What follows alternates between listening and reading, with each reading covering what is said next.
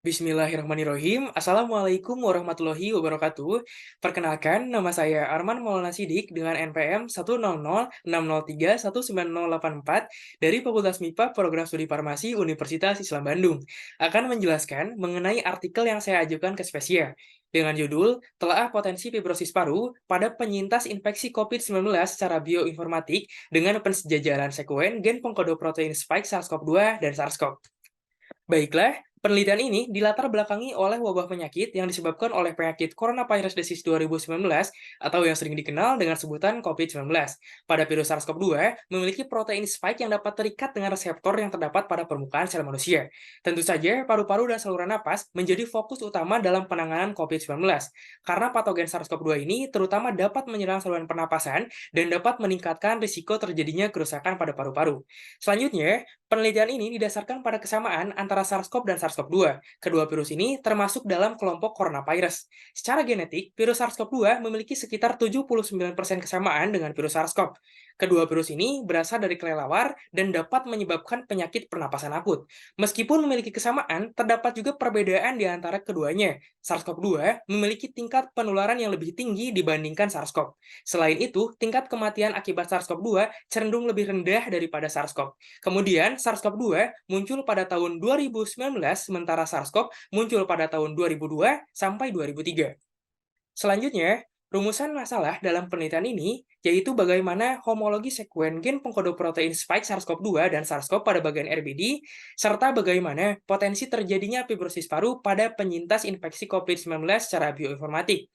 Tujuan penelitian ini adalah untuk mengetahui homologi sekuen gen pengkode protein spike SARS-CoV-2 dan SARS-CoV pada bagian RBD, serta mengetahui potensi terjadinya fibrosis paru pada penyintas infeksi COVID-19 secara bioinformatik.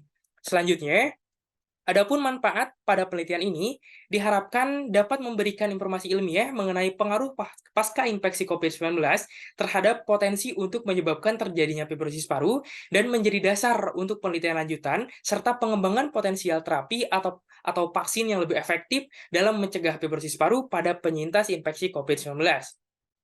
Selanjutnya, metodologi pada penelitian ini yaitu dilakukan pencarian data aktivitas biologi yang diperoleh berdasarkan studi literatur dari beberapa jurnal dan artikel ilmiah melalui mesin pencari Google Scholar, Science Direct, dan NCBI.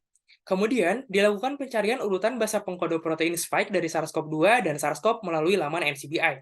Setelah itu, dilakukan pensejajaran urutan basa pengkode protein spike SARS-CoV-2 dan SARS-CoV pada klusal omega yang bertujuan untuk menganalisis homologi di antara kedua virus tersebut. Kemudian, selanjutnya dilakukan analisis hasil pensejajaran di sekitar RBD antara urutan 319 sampai 541.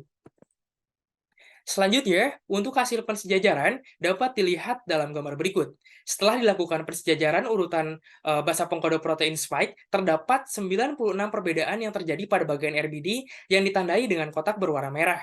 Perbedaan dalam persejajaran urutan basa pengkode protein spike pada daerah RBD antara kedua virus tersebut disebabkan oleh variasi alami dalam sekuen genetik mereka dan bukan mutasi yang terjadi secara acak. Perbedaan ini dapat mempengaruhi sifat interaksi virus dengan reseptor pada sel manusia dan juga dapat berkontribusi pada perbedaan dalam patogenesis atau karakteristik penyakit yang disebabkan oleh kedua virus tersebut. Kaitannya dengan fibrosis paru, interaksi protein spike dengan sel inang dapat memicu aktivitas ataupun aktivasi jalur sinyal intraseluler termasuk jalur sinyal EGFR. Aktivasi sinyal EGFR ini telah dikaitkan dengan perubahan patologis pada paru-paru, termasuk perkembangan fibrosis paru. Jika terdapat perbedaan dalam persejajaran urutan basa pengkode protein spike pada daerah RBD antara SARS-CoV-2 dan SARS-CoV, hal ini dapat mempengaruhi aktivitas ataupun aktivasi sinyal EGFR yang dipicu oleh interaksi protein spike dengan reseptor pada sel inang. Perbedaan dalam aktivasi sinyal ini dapat berkontribusi pada perbedaan potensi terjadinya fibrosis paru antara kedua virus tersebut. Dengan demikian, perbedaan persejajaran urutan basa pengkode protein spike pada daerah RBD antara SARS-CoV-2 dan SARS-CoV dapat berimplikasi pada perbedaan dalam interaksi dengan sel inang, termasuk aktivasi sinyal EGFR yang pada akhirnya dapat menyebabkan fibrosis paru. Kemudian yang terakhir, adapun kesimpulan pada penelitian ini, diperoleh hasil homologi rendah antara SARS-CoV-2 dan SARS-CoV. Perbedaan tersebut dapat mengindikasikan efek yang berbeda dari kedua virus. Namun, penting untuk dicatat bahwa meskipun terdapat perbedaan pada daerah RBD, hal itu tidak secara otomatis menunjukkan perbedaan signifikan dalam gejala atau dampak klinis dari infeksi antara SARS-CoV-2 dengan SARS-CoV, dan juga memerlukan penelitian lebih lanjut dengan metode lain. Selanjutnya, untuk penelitian ini disarankan melakukan penelitian lebih lanjut untuk memahami implikasi dari homologi virus. Penelitian ini dapat melibatkan studi tentang interaksi virus dengan sel inang, afinitas ikatan dengan reseptor, dan respon imun yang dihasilkan secara in silico.